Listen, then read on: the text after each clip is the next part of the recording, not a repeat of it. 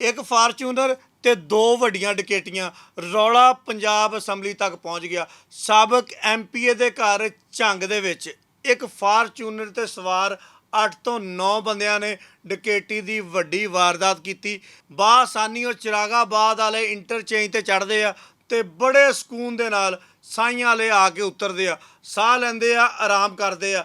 8 ਵਜੇ ਰਾਤੀ ਦੁਬਾਰਾ ਵਾਬਡਾ ਸਿਟੀ ਦੇ ਵਿੱਚ ਜਾ ਕੇ ਉਹੀ ਫਾਰਚੂਨਰ ਉਹੀ ਡਾਕੂ फिर एक वड्डी डकैती करते हैं जिहदे विच तकरीबन 1 करोड़ 60 लाख रुपए का समान ते नगदी लैके बासानी फिर साइयां वाले इंटरचेंज तो वापस चढ़ते हैं ते मरदान पहुँच जाते हैं। Jhang police, Faisalabad police, motorway police मूँह वेखदी रहिंदी आ कि होया की आ।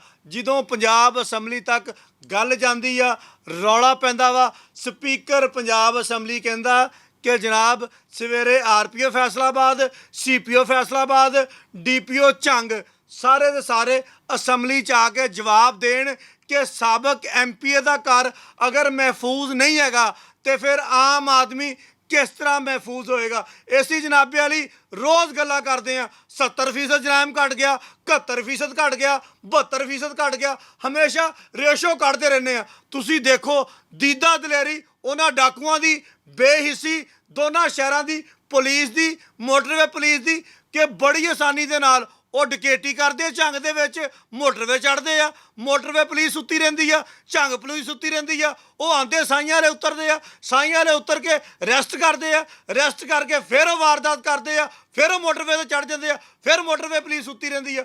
वो मरदान पहुँच के अपने घर जाके जिहड़ा माल लुटिया हुंदा ਉਹਦੀਆਂ ਵੰਡੀਆਂ ਪਾ ਲੈਂਦੇ ਆ। शायद Jhang police, Faisalabad police, motorway police उन्होंने डाकुआं तक ना पहुँचे।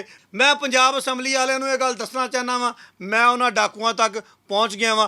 अगर किसी बंदे नूं उन्होंने डाकुआं दियां तस्वीरां चाहिदियां होईयां, उन्होंने डाकुआं दे नां चाहिदे होए, वो डाकू कौन आ, कित्थे रहिंदे आ, किद्दां आंदे आ, सारियां चीज़ां जनाब सामने रख सकदा। क्योंकि जो काम करना ना होवे, जो पुलिस सुती रहे, फिर इस तरह के मामला पेश आते रहते हैं। मैं इत्थे एक SHO का नाम जरूर लवांगा। अगर वो SHO झुमरे लगा होंदा, अगर वो SHO झंग लगा होंदा, यकीन करो कि उन्हां डाकुआं दी अपनी गड्डी, उन्हां डाकुआं दा असला, उन्हां डाकुआं दियां वर्दियां जिहड़ियां एजेंसियां दियां सीगियां वो सारियां दियां सारियां उन्हां कोल लै आंदा और हो सकदा कोई डाकू भी उन्हां दे विचों फड़िया जांदा।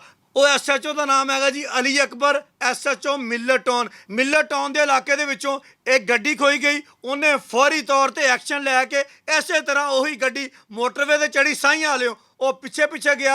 मोटरवे ते उन्हां दा आपस विच मुकाबला होया, एक्सीडेंट होया, डिगे टप्पे, लेकिन दोने गड्डियां बरामद होईयां, मूवी बरामद होया, उन्हां दा असला बरामद होया, उन्हां दियां वर्दियां बरामद होईयां, हर चीज़ बरामद करके लिया के साइयां दे हवाले कर दित्ती। मैं गुजारिश करांगा IG पंजाब नूं, RPO फैसलाबाद नूं, CPO फैसलाबाद नूं, DPO झंग नूं कि सारे दे सारे केस तुसी SHO मिलरटाउन अली अकबर दे हवाले कर दिओ।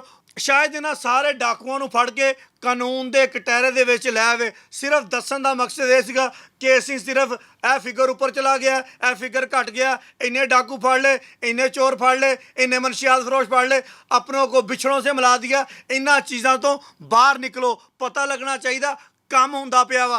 अगर कम हुंदा और वाकई ये ग्राफ थले गया हुंदा, अज सूबाई असैंबली दे विच साडे मुंतखब कीते हुए नुमाइंदे साडी पुलिस दे बारे दे विच इस तरह दीयां गल्लां ना कर रहे हुंदे। बहुत शुक्रिया।